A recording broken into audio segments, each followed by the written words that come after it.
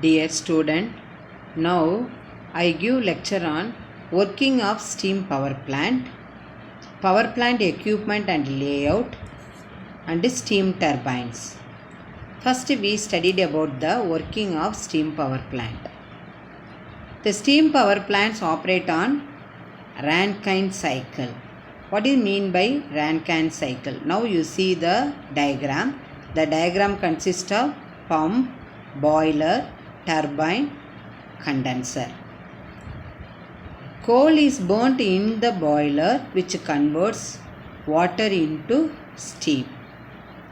The steam is expanded in turbine which produces mechanical power driving the alternator coupled to the turbine.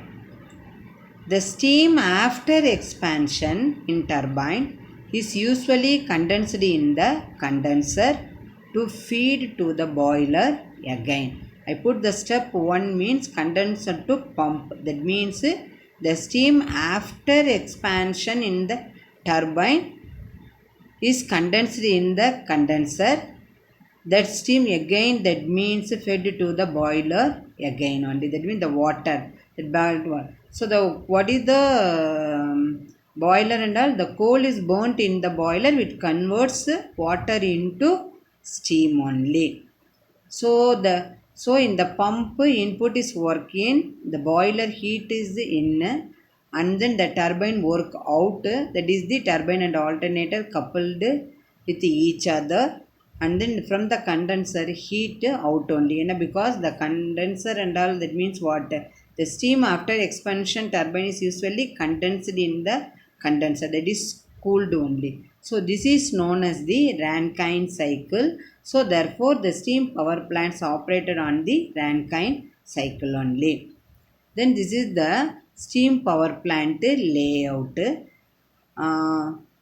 Chimney, ash handling, precipitation, air preheater, boiler, economizer, fuel, condenser, turbine, alternator, condensate water pump, circulating water pump, cooling tower.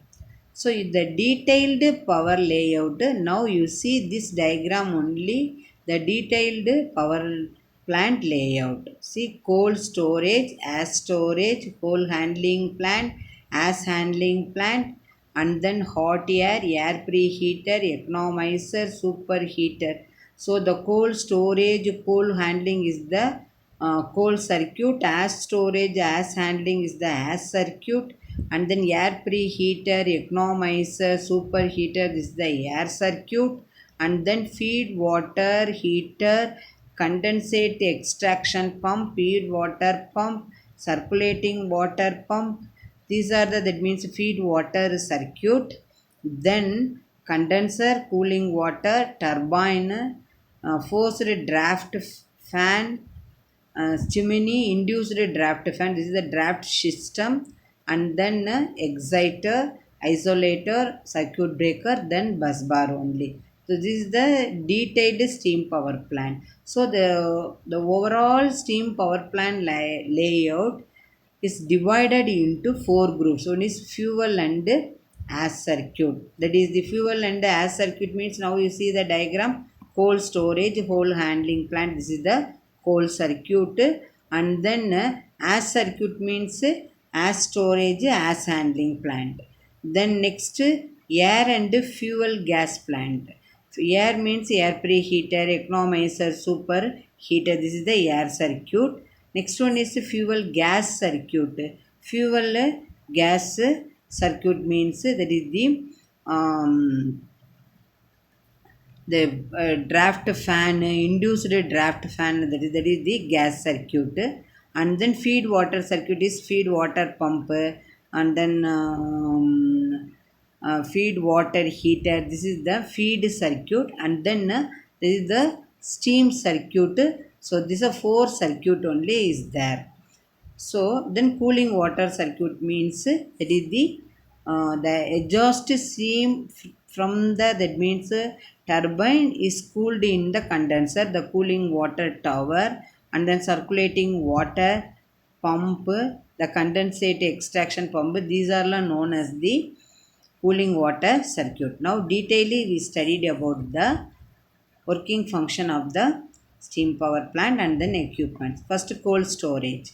It is the place where the coal is stored which can be utilized when required. You know.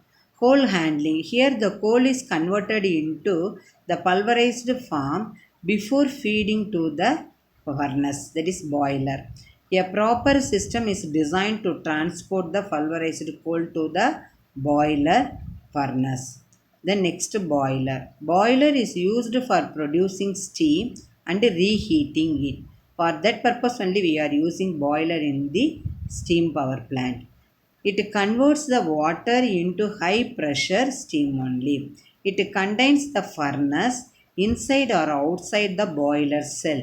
The combustion of coal takes place in the furnace. Air preheater. It is used to preheat the air before entering into the boiler furnace. The preheating of air helps in the burning of fuel to a great extent. It takes the heat from the burnt gases from the furnace to heat the air from the atmosphere. Then economizer. As its name indicates, it economizes the working of the boiler. That's why it is called as an economizer. It heats the feed water to a specified temperature before it enters into the boiler drum. It takes the heat from the burnt gases from the furnace to do show. Turbine. It is the mechanical device which converts the kinetic energy of the steam into the mechanical energy. Generator. It is coupled with the turbine, that is steam turbine rotor, and converts the mechanical energy of the steam turbine to the electrical energy. As storage. It is used to store the ash after burning of the coal. Then dust collector. It collects the dust particle from the burnt gases before it is released to the chimney. This is the function of dust collector. Then condenser.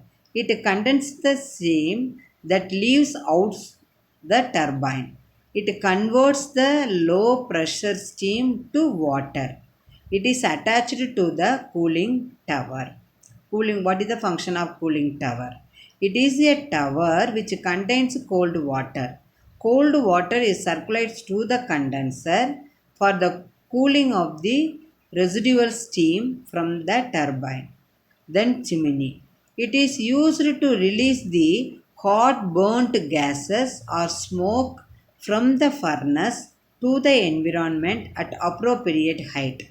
The height of the chimney is very high such that it can easily throw the smoke and exhaust gases at the appropriate height.